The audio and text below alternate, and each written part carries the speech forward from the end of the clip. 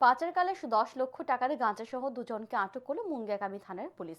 মুঙ্গিয়াকামী থানার অন্তর্গত 41 মাইল এলাকায় পুলিশ যানবাহন চেকিং করার সময় একটি বোলেরো গাড়ি আটক করে। সন্দেহজনক পুলিশ গাড়িটিকে আটক করে।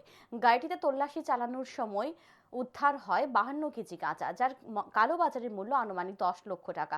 মহকুমা পুলিশ আধিকারিক এবং নিরপেক্ষ সাক্ষীর সামনে পুলিশ গাড়ি থেকে উদ্ধার হওয়া গাঁজার পরিমাপ করে বাজেয়াপ্ত করে। গাঁজা উদ্ধারের পাশাপাশি গাড়ির চালক সহ দুজনকে আটক করে পুলিশ। ধৃতদের জিজ্ঞাসাবাদ চালিয়ে পুলিশ জানতে পারে গাঁজা বহনকারী গাড়িটি সিধাই মোহনপুর এলাকা থেকে ধর্মনগরের দিকে যাচ্ছিল। মহকুমা পুলিশ আধিকারিক রোহন কৃষাণ জানান, মোট 52 কেজি গাঁজা উদ্ধার হয়েছে, যার বাজার মূল্য 10 লক্ষাধিক টাকা হবে। গাঁজা উদ্ধারের পাশাপাশি দুজনকে আটক করা হয়েছে। এর মধ্যে একজনের বাড়ি সিধাই, অপরজনের বাড়ি রাধাপুর থানা এলাকায়।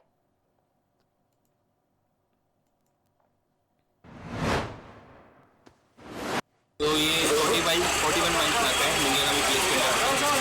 तो हमने टोटल 52 केजी ड्राई गांजा सीज किया है। इसकी अप्रोक्सीमेट वैल्यू अराउंड 52 केजी गांजा है, तो इसकी टोटल वैल्यू अराउंड 10 लाख रुपये, 10,40,000 रुपये है टोटल। और इसमें 2 लोग भी, एक ड्राइवर था, एक साथ में दोनों चला रहे थे, इनको भी अरेस्ट किया है।